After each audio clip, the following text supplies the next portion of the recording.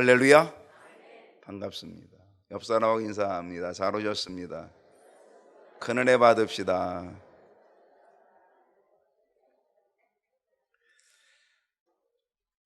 오늘 교회력으로는 성령 강림 후 22번째 주일입니다.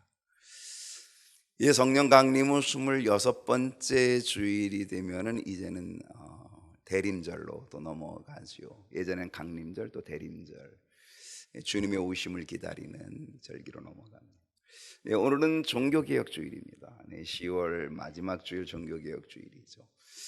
지금으로부터 506년 전 1517년 10월 31일 마틴 루터의 종교개혁, 그것이 시작되어진 날을 기념하여서 10월 마지막 주일은 종교개혁주일로 저희들이 지킵니다. 오늘 이 종교개혁주일을 맞이하여서 여러분과 함께 말씀을 좀 나눠보고자 하는데, 그 말씀의 제목은 무엇을 개혁해야 할까요? 뭘 개혁해야 될지 한번 우리 스스로를 돌아보는 시간이 되면 좋겠습니다. 성경을 보게 되면 개혁자들이 나옵니다. 신앙의 개혁자들이 성경에 곳곳에 좀 있긴 한데요, 구약의 대표적인 사람은 요시야 왕, 신약의 대표적인 분 하면 바울을 꼽을 수도 있지만 저는 예수님을 좀 생각해 보려고 하고요.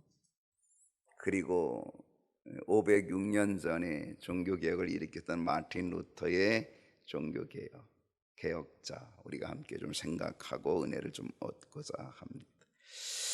첫 번째로는 구약의 종교개혁자인 요시야 왕입니다. 이 요시야 왕은 8살이 되었을 때에 유다의 제17대 왕으로 등극합니다. 8살짜리가 왕이 됩니다. 꼬마 왕입니다. 나이에 관계없죠. 왕이니까. 그렇죠. 왕은 나이에 관계가 없습니다. 8살입니다.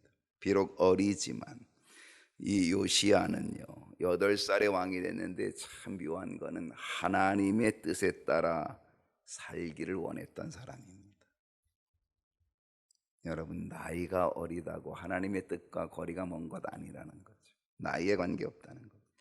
역대하 34장 1절과 2절을 보면 요시야가 왕위에 오를 때 몇 살이에요? 나이가 8세, 8살입니다. 예루살렘에서 31년 동안을 통치했고요, 여호와 보시기에 정직하게 행하였답니다. 그의 조상 다윗의 길로, 여로보암의 길은 우상의 길인데 여로보암의 길로 가지 않고 다윗의 길로 걸으며 좌우로 치우치지 아니한 왕, 믿음으로 그 길을 걸어간 왕이라고 그렇게 기록이 되어 있습니다. 역대하 34장 3절을 보게 되면은 아직도 어렸을 때, 곧 왕위에 있은 지 8년, 8살에 왕이 됐고 8년이 됐으니까 몇 살이에요? 16살 때에 그의 조상 다윗의 하나님을 비로소 찾고 제12년에 자, 8살에 왕이 되고 12년이 지났으니까 20살 되었을 때에 유다와 예루살렘을 비로소 정결하게 하여 그 산당들과 아세라 목상들과 아로 새긴 우상들과 부어 만든 우상들을 어떻게 했어요? 제거해 버렸다. 이게 요시야의 종교개혁이에요. 신앙의 개혁이에요.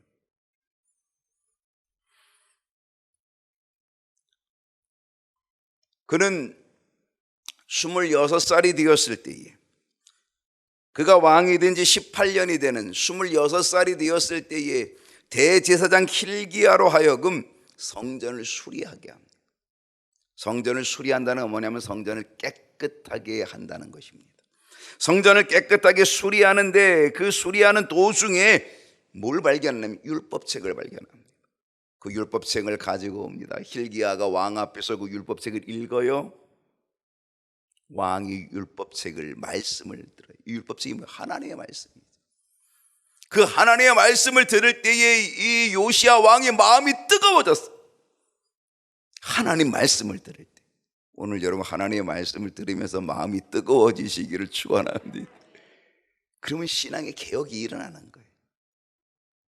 요시야가 이 율법의 말씀을 듣는 마음이 뜨거워졌어요. 그래서 그는 신앙의 개혁을 갖습니다. 역대하 34장 19절을 보게 되면은요, 다 같이 읽어봅시다. 시작. 왕이 율법의 말씀을 듣자 곧 자기 옷을, 그 마음이 뜨거워져 가지고 자기 옷을 찢었어요. 왜 옷을 찢었어요? 뭐 하려고 찢은 거예요? 새 옷 입으려고 찢었어요? 뭐 하려고 찢은 거예요? 회개하느라고. 마음을 찢는 것을 옷을 찢는 것으로 표현한 거예요. 그는 마음을 찢으며 옷을 찢었어요. 회개했어요. 하나님의 말씀을 들으니까 왜 하나님의 말씀대로 살지 못한 것을 생각하면서 회개한 거예요. 이 백성이 왜 어렵게 됐는가, 이 백성을 왜 하나님이 심판하시는가를 보게 되는 거죠. 그건 바로 우상숭배에 하나님을 떠난 것 깨달았던 거예요. 요시아가 신앙의 개혁을 일으킵니다. 이 신앙의 개혁, 종교 개혁을 단행하는데 그게 뭐냐면, 예루살렘 성전에 있던 바알과 아세라의 신상들, 1월 성신을 왜 만든 모든 우상을 다 끄집어냅니다. 그리고 기드론 밭에다 가서 다 불태워버립니다. 여러분 생각해 보세요. 하나님의 성전에 뭐가 있었어요? 우상이 있었어요. 하나님의 성전에 우상이 세워져 있어요. 바알, 아세라 우상이 세워져 있었다는 거예요. 그걸 다 끄집어내 가지고 기드론 시내에다가 다 불태워버린 거예요. 성전 안에 미동의 집도 있었어요. 이 미동의 집은 남자 창기들이 있는 곳이에요. 성전 안에 미동의 집, 남자 창기들이 있는 집도 있었대요. 그거를 다 부숴버렸어요. 흰놈의 골짜기 도벳, 흰놈의 골짜기 도벳, 여기는 몰렉신 우상을 섬겨요. 몰렉신 우상을 섬기면서 자기 자녀들을 불태워 몰렉신에 갖다 바치는 거예요. 이 도벳, 이 몰렉신에게 바친 이 도벳을 다 없애버렸어요. 여호와의 전 마당에 세워진 우상들을 쓸어냅니다. 그리고 유다 전역의 종교개혁을 단행하여서 베델에 있는 단, 산당을 다 헐어버립니다. 유다 땅에 있었던 신접한 자, 박수, 무당들, 드라빔, 우상, 가증한 것들을 다 제하여 버렸습니다. 뭐라고? 오직 하나님만 섬기도록. 그러면서 유월절 축제를 회복합니다. 여러분, 유월절 축제가 뭡니까? 그 유월절은 구원의 기쁨, 구원의 감사, 출애굽, 그 노예에서 출애굽해서 해방된 하나님이 우리 민족을 건져주시고 구원해 주셨다라고 하는 이 구원의 기쁨을 하나님께 영광 돌리는 그게 유월절. 근데 우상 숭배로 유월절이 다 죽었거든요. 그 유월절을 성대하게 이렇게 세우면서 온 백성을 다 하나님께 집중시켜 나아가며 종교개혁을 이루었던 사람이 요시야. 열왕기하 23장 25절을 보게 되면요, 다 같이 읽어봅시다. 시작. 요시아와 같이 마음을 다하여 뜻을 다하여 힘을 다하여 모세의 모든 율법을 따라 여호와께 돌이킨 왕은 요시아 전에도 없었고 후에도 그와 같은 자가 없었더라.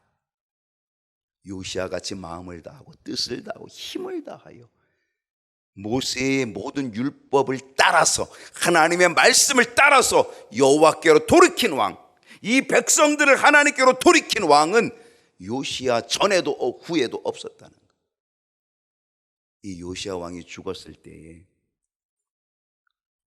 에레미야 선지자가 너무 슬퍼했어요. 야, 이렇게 좋은 왕이, 성군이 죽었구나. 그러면서 예레미야 선지자가 너무 슬퍼해가지고 애가를 지었어요. 슬픈 노래를 지었어요. 애가. 그 애가가 뭐냐?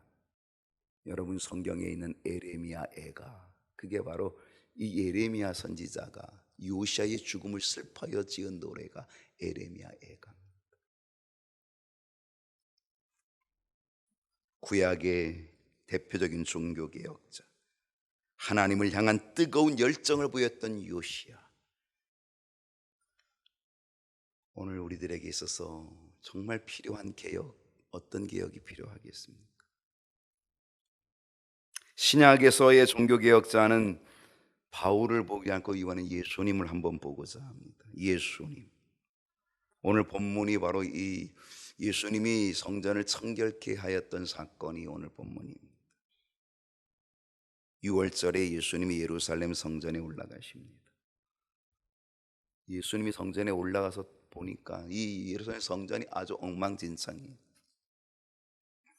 주님이 예루살렘 6월절 예루살렘 기대하고 올라가신 그 기대는 뭐냐면 바로 그곳에서 하나님을 예배하고 하나님께 제사하고 하나님을 섬기는 그 일을 보고자 했던 건데, 그런데 예수님이 올라가서 본 것은 하나님을 예배하는 것을 보는 것이 아니라 예배를 빙자하여서 사람들이 이권을 챙기고 장사하는 그 모습을 보게 된 거예요. 예배를 빙자한 거죠. 예배를 핑계 삼아서 그래서 장사를 하고, 그리고 입속을 챙기는 사람들로 가득한 그 모습을 보고 주님이 의분, 화가 나셨어요. 채찍을 만들었어. 그래서 그들을 다 내쫓게 되고 뒤엎어버리고 말았다는 사실이죠. 그 잘못된 신앙의 태도, 잘못된 신앙의 모습을 본 주님이 개혁을 일으킨 거예요. 신앙의 개혁을 일으켜 주게 되었다는 사실입니다. 요한복음 2장 16절 말씀 보니까 비둘기 파는 사람들에게 이르시되 이것을 여기서 가져가라. 내 아버지의 집으로 장사하는 집 만들지 말라.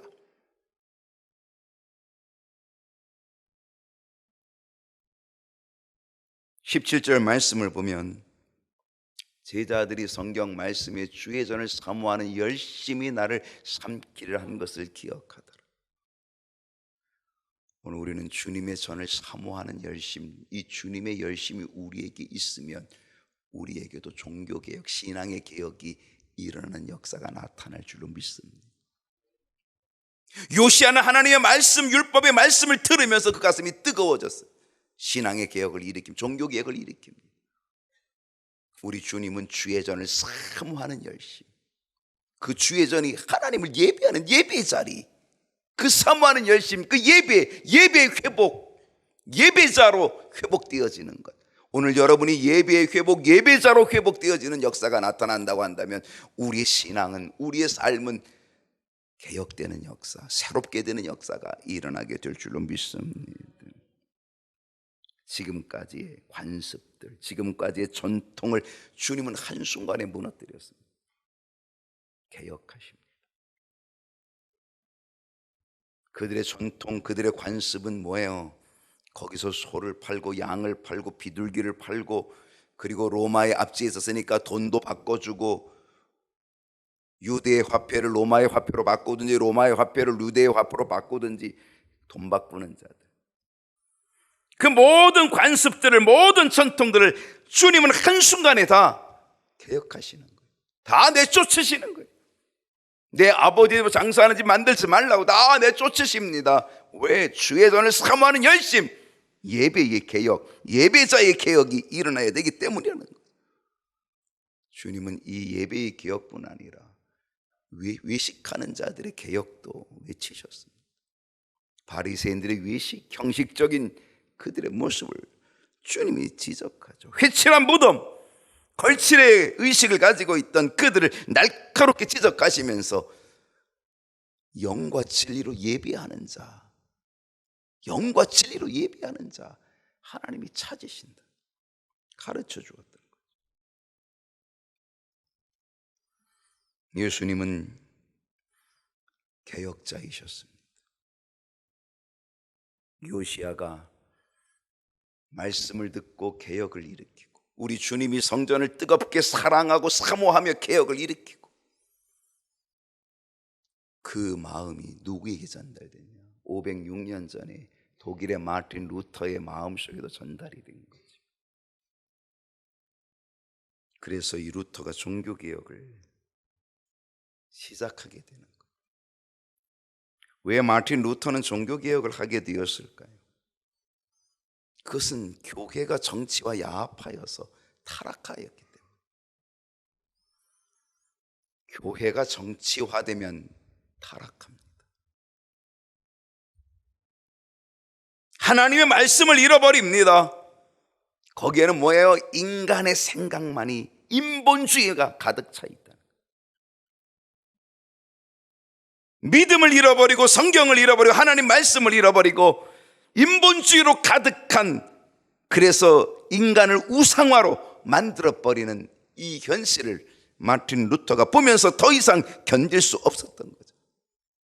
95개조 반박문을 마틴 루터가 써서 비덴베르그 성전 앞에다가 탁 붙여놨습니다. 그 당시 마틴 루터의 직분은 사제였습니다. 목회자였죠. 사제였습니다. 그의 양심에 더 이상 성경을 외면할 수가 없었던 거죠. 하나님의 말씀을 더 이상 놓칠 수 없었던 거죠. 그 말씀이 그의 양심을 사로잡고 있었던 거죠. 그래서 95개조 반박문을 거기다가 이 잘못된 이 기독교, 이 잘못된 기독교를 새로 잡으려고 하는 거죠. 뭔가를 이거는 아니다라고 생각을 해서 한 거죠. 사실 루터가 95개조를 거기 써낸 것은 종교 개혁을 할 의도로 한 건 아니고, 이건 우리가 이렇게 살면 안 된다라고 하는 걸 그래도 한번 그냥 그렇게 한 것뿐인데, 그것이 종교 개혁의 아주 시발점이 되고, 하나님은 그거를 통하여 이 루터로 하여금 종교 개혁자로 몰아가 주시는 거죠. 정말 대단한, 아주 엄청난 역사가 이루어지는 그런 계기가 되었다라고 하는 것입니다. 마틴 루터가 일으킨 종교개혁의 핵심이 뭘까? 핵심, 오늘 우리가 이것을 한번 살펴보고자 하는데요, 마틴 루터의 종교개혁의 핵심이 뭐냐는 거예요. 오늘 세 가지를 얘기하고자 하는데, 그 첫 번째는 솔라 스크립투라, 오직 하나님의 말씀으로 돌아가야 돼. 솔라 스크립투라, 하나님의 말씀으로 돌아가야 돼. 당시 로마 교회는요, 엄격한 제도가 있었습니다. 엄격한 교리가 있었습니다. 아주 대단한 웅장한 예배당이 있었고 성전이 있었습니다. 장엄한 의식이 있었습니다. 그런데 교회에서 가장 중요시 돼야 될 하나님의 말씀은 없었습니다. 교회가 다 있는데 하나님 말씀이 없는 것. 멋지고 웅장한 교회, 건물을 가지고 있고 거기에 예식이 있고 의식이 있고 교리가 있고, 그런데도 불구하고 거기에 뭐가 없어? 하나님의 말씀이 없다는 거예요. 말씀을 잃어버린 거죠. 말씀 대신 뭐가 있었어요? 인본주의, 인간의 말.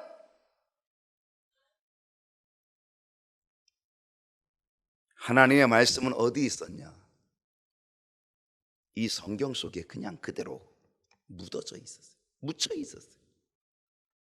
그 당시 성경은 라틴어였습니다. 라틴어는 아주 어려운 언어입니다.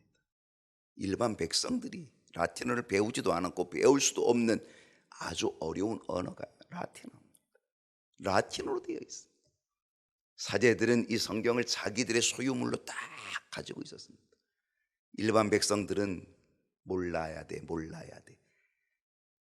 어떻게 하나님의 말씀을 자기들의 것이라고,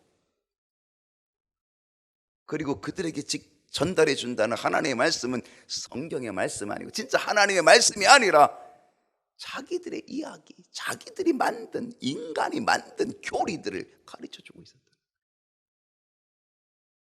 마틴 루터는 사제입니다. 그는 라틴어를 가지고 성경을 읽는 사제인데, 그런데 보니까 이건 아닌 거죠. 교회가 말씀을 가둬두고 안 되는 거죠. 그래서 이 말씀을 가르쳐야 되겠다. 그래서 이 루터는요, 이 라틴어를 독일어로 번역을 해요. 독일어를 번역한다는 소식을 듣고 어떻게 해서 교회가 루터를 파면하고 루터를 죽이려고 합니다. 번역하지 못하게. 백성들에게 이 성경 말씀이 전해져야 될 건데 이걸 못 전하도록 그걸 막으려고, 루터를 죽이려고 하는 거예요.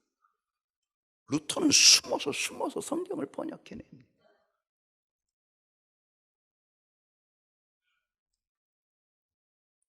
교황들이, 사제들이 가르쳐 준 것은 인간이 지어낸 교리였지 하나님의 말씀이 아니었다는 거죠.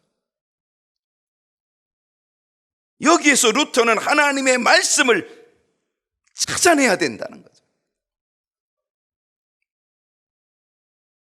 말씀 안에서 하나님을 찾아야 되고, 말씀 속에서 인간의 죄된 모습을 찾아내야 되고, 말씀 속에서 우리가 어떻게 구원받는지를 찾아내야 되고, 말씀 속에서 우리가 하나님의 뜻이 뭔지를 찾아내야 되지. 루터의 마음이었거든. 그래서 이걸 백성들에게 전해줘야 된다는 거죠. 찰스 5세가 루터를 잡아가지고 신문합니다. 초기 때 비덴베르그 성전 앞에다가 붙여놨던 95개조 그거를 철회하라고 명령을 내렸을 때 루터가 이렇게 얘기했습니다. 당신들의 주장이, 당신들의 교리가, 당신들의 가르침이 성경에 근거했다는 것을 찾아낼 수 없으면 나는 이거를 처리하지 못합니다. 당신들의 주장이 성경에 근거되어 있다는 확신이 있으면, 근거가 있으면 내가 철회하지만 그것이 성경의 말씀에 근거되지 않았다면 나는 이것을 철회할 수 없습니다. 그러면서 뭐라고 얘기하냐면 내 양심은 하나님의 말씀에 사로잡혀 있습니다. 나는 내 양심을 하나님의 말씀에 근거되어 있는 사로잡힌 내 양심을 배반할 수 없습니다. 그러면서 하나님께 이렇게 기도합니다. 하나님이여 나를 도와주시옵소서. 얼마나 멋진 고백입니까? 얼마나 멋진 신앙의 개혁의 외침입니까? 인간의 권위와 인간의 말에서 하나님의 말씀으로 돌아가야 된다는 거예요. 오늘 여러분 하나님의 말씀을 어떻게 생각하십니까? 하나님의 말씀이 우선이십니까? 하나님의 말씀에 집중하고 계십니까? 아니면 그 하나님의 말씀이 뒷전에 있습니까? 여러분의 생각이, 여러분의 의식이, 인본주의가 오히려 앞서고 있는 것은 아닐까요? 세상은 변하고 온 천지는 다 변해도 하나님의 말씀은 변함없이 영원한 줄로 믿습니다. 우리는 이 영원하신 하나님 말씀으로 돌아가야 우리의 신앙의 개혁, 새롭게 되는 역사를 이루게 될 줄로 믿습니다. 두 번째는 오직 하나님의 영광만을 위해서, 솔라 데오 글로리아, 오직 하나님만 영광을 받으셔야 된다는 거예요. 그 당시 교황은요 절대자였습니다. 하나님과 맞먹었습니다. 아니 하나님보다 더 위였습니다. 오죽하면 교황 무호소를 만들어가지고 교황은 죄도 없고 잘못도 없다. 교황의 말을 하나님의 말씀과, 아니 하나님 말씀보다 더 한 등급 더 위에다가 놓았다는 거죠. 실상 루터가 종교개혁을 일으킬 그 당시에 교황의 첩의 자식들이 교황청을 스스럼 없이 드나다니는 것이 아무 문제가 되지 않았다는 거예요. 교황의 말에 어떤 누구도 이의를 제기할 수 없고, 제기했다가는 그냥 날아가는 거죠. 교황의 말은 진리였대, 진리. 교황 비오 9세는 1849년에 동정녀 마리아는 수태되는 순간에 전능하신 하나님의 특별한 은총을 입어서 그의 원죄가 사라졌다. 마리아는 원죄가 없다는 거예요. 죄가 없다는 거예요. 교황이 그렇게 만들면 그게 성경이에요. 그게 진리예요. 그걸 믿지 않으면 파면. 1850년 비오 12세는 마리아 승천설까지 만들었어요. 마리아는 죽지 않고 승천했다. 마리아 승천설까지 만들어가지고 지금도 가톨릭은 8월 15일을 마리아 승천일로 지키고 있는 거죠.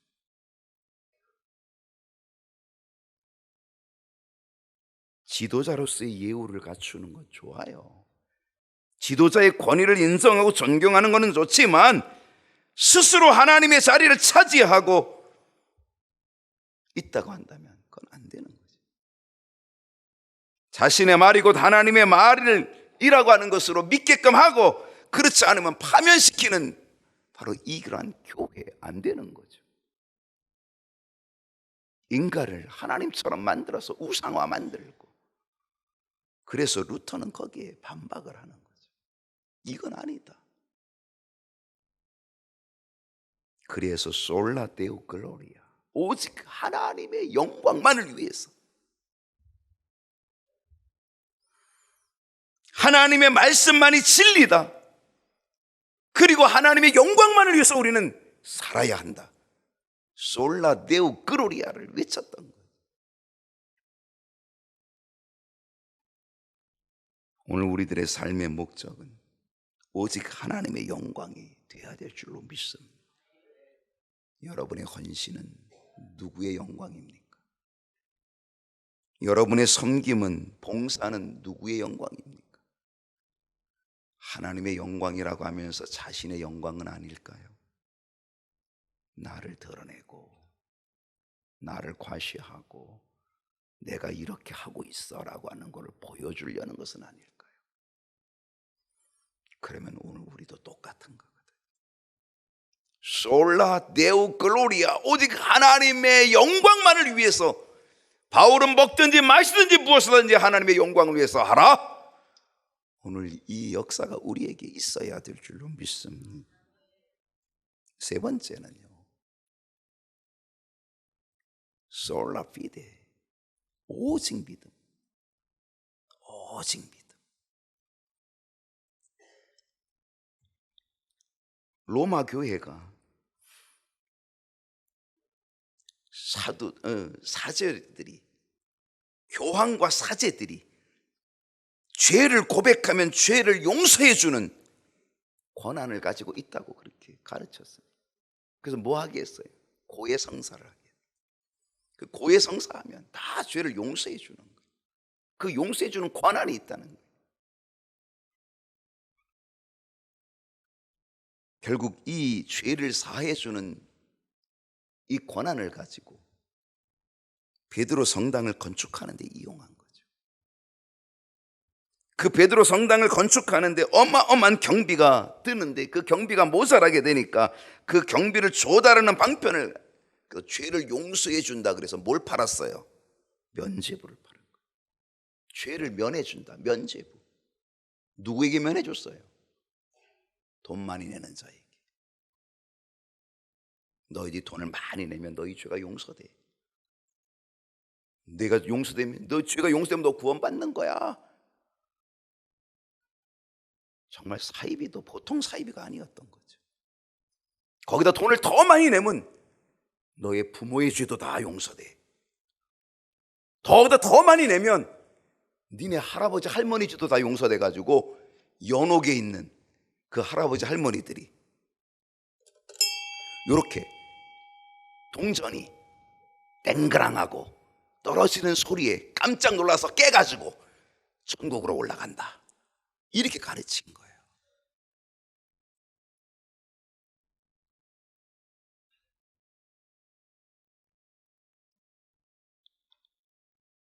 여러분, 성경은 무엇을 가르칩니까? 하나님의 말씀은 어떻게 구원받는지, 어떻게 죄가 용서되는지 하나님의 말씀을 어떻게 가르칩니까? 헌금 많이 하면 구원받는다고 가르칩니까? 헌금 많이 내면은 부모의 죄도 사해 준다고 가르칩니까? 어디 성경에 어디 그런 얘기가 어디 있습니까? 성경은 어떻게 가르칩니까? 요한 1서 1장 7절을 보게 되면 그가 빛 가운데 계신 것 같이 우리도 빛 가운데 행하면 우리가 서로 사귐이 있고 그 아들 예수의 피가 우리 주님의 십자가의 보혈이 우리를 모든 죄에서 깨끗하게 하실 것이요. 할렐루야. 이게 진리지. 이게 하나님의 말씀이지. 예수 그리스도의 보혈이지. 요한복음 3장 16절에 그를 믿는 자마다, 독생자이신 예수 그리스도를 믿는 자마다 멸망하지 않고 영생을 얻는 은혜를 주시고 구원을 주시는 거지. 믿는 거, 솔라 피데, 오직 믿음이야. 예수를 믿는 믿음, 하나님의 독생자 예수를 믿는 믿음이야. 그의 피, 그 보혈이 우리의 죄를 깨끗하게 하는 거야. 그게 말씀이죠. 그게 하나님의 말씀. 사도행전 4장 12절에 보게 되면 다른 이로써 구원 얻을 수 없나니, 다른 방법이 아니에요. 어떤 다른 방법 없다는 거예요. 구원을 얻을 만한 다른 이름, 다른 방법 주신 적이 없어. 오직 예수의 이름 외에는 없다는 거죠. 주님의 보혈만이 우리를 용서하고 우리를 죄로부터 자유케 하는 거예요. 사도행전 16장 31절을 보면 주 예수를 믿으라. 그리하면 너와 내 집이 구원을 얻으리라. 구원받을 방법은 주 예수를 믿는 것밖에 없어요. 솔라 피데, 오직 믿음.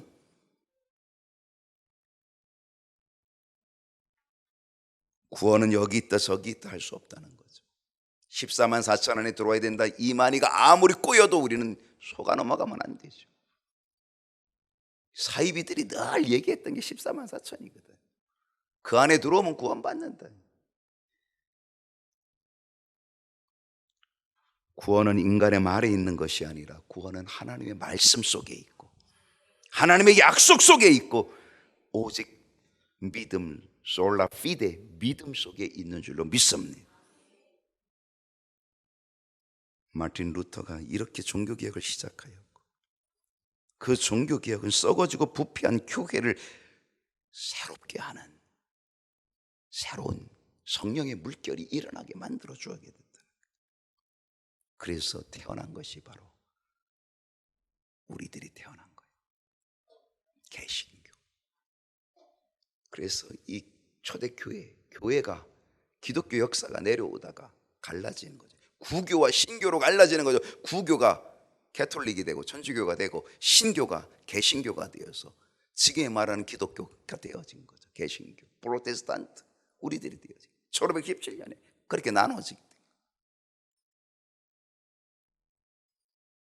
실상 루터의 종교개혁이요 결코 쉽지 않았다는 거죠. 그 엄청난 제도에 도전하고 그거를 개혁한다는 게 이게 보통 어려운 게 아니거든. 결국은 거기에 도전한 건 죽음을 달라는 거거든요. 죽겠다는 거거든요. 사실 교회가 루터를 죽이려고 했거든요.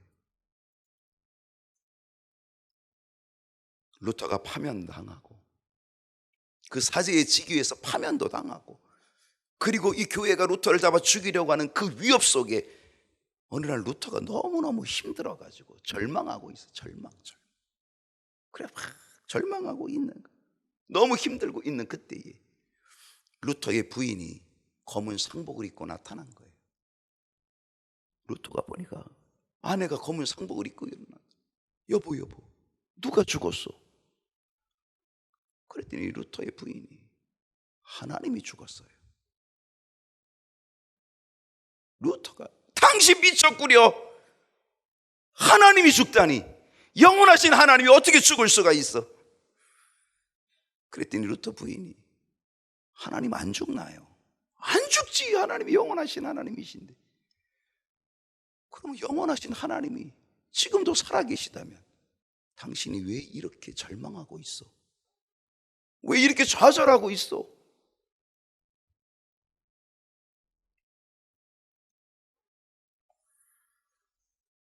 루터는 그 이야기를 듣고 그 부인의 이야기를 듣고 그래 하나님은 살아계시다.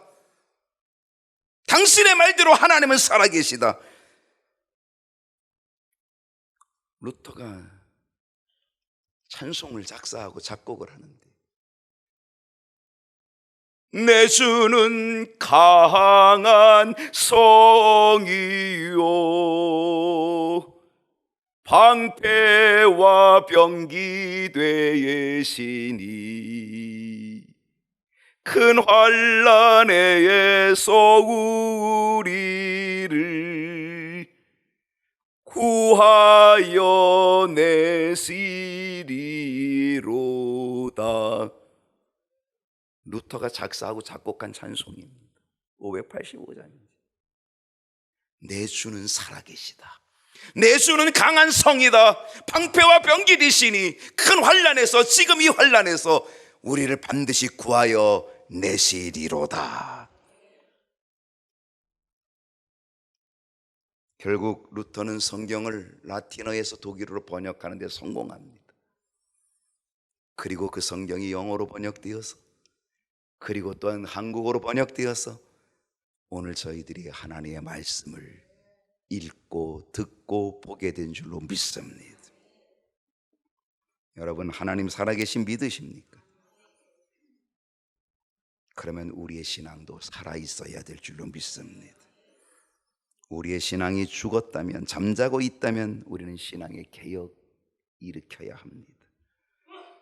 하나님은 살아계십니다. 도와주십니다. 독수리같이 날로 새롭게 전진하는 신앙의 개혁 일으켜야 합니다. 하나님의 말씀 뒷전에 두었다면 하나님의 말씀을 최고로 우선순위로 말씀으로 돌아가는 우리들이 되고, 내 이름과 내 명예와 교만이 앞섰다면 이제는 내 모든 것 다 똥처럼 여기고 배설물로 여기고 오직 하나님의 영광만을 드러내는 신앙의 개혁 이루어서 솔라 스크랍트라, 오직 하나님의 말씀으로, 솔라 데오 글로리아, 오직 하나님께만 영광을, 그리고 솔라 피데, 오직 믿음으로, 인간의 행위와 인간의 자랑 아니라 오직 하나님 아들 독생자를 믿는 믿음으로 구원 얻는 것을 확신하며 나아가는 우리들의 모습 되어야 될 줄로 믿습니다. 살아계신 하나님께 우리는 기도해야 합니다. 나의 신앙, 생명력 있는 신앙으로 개혁시켜 주옵소서. 나의 썩어진 부분을 수술하시고 새롭게 되는 신앙으로 되게 하여 주옵소서. 루터가 썩어진 부패된 교회의 종교개혁을 일으키듯이 나의 부패된 마음에 성령의 칼로 신앙의 개혁을 일으켜 주옵소서. 기도하겠습니다.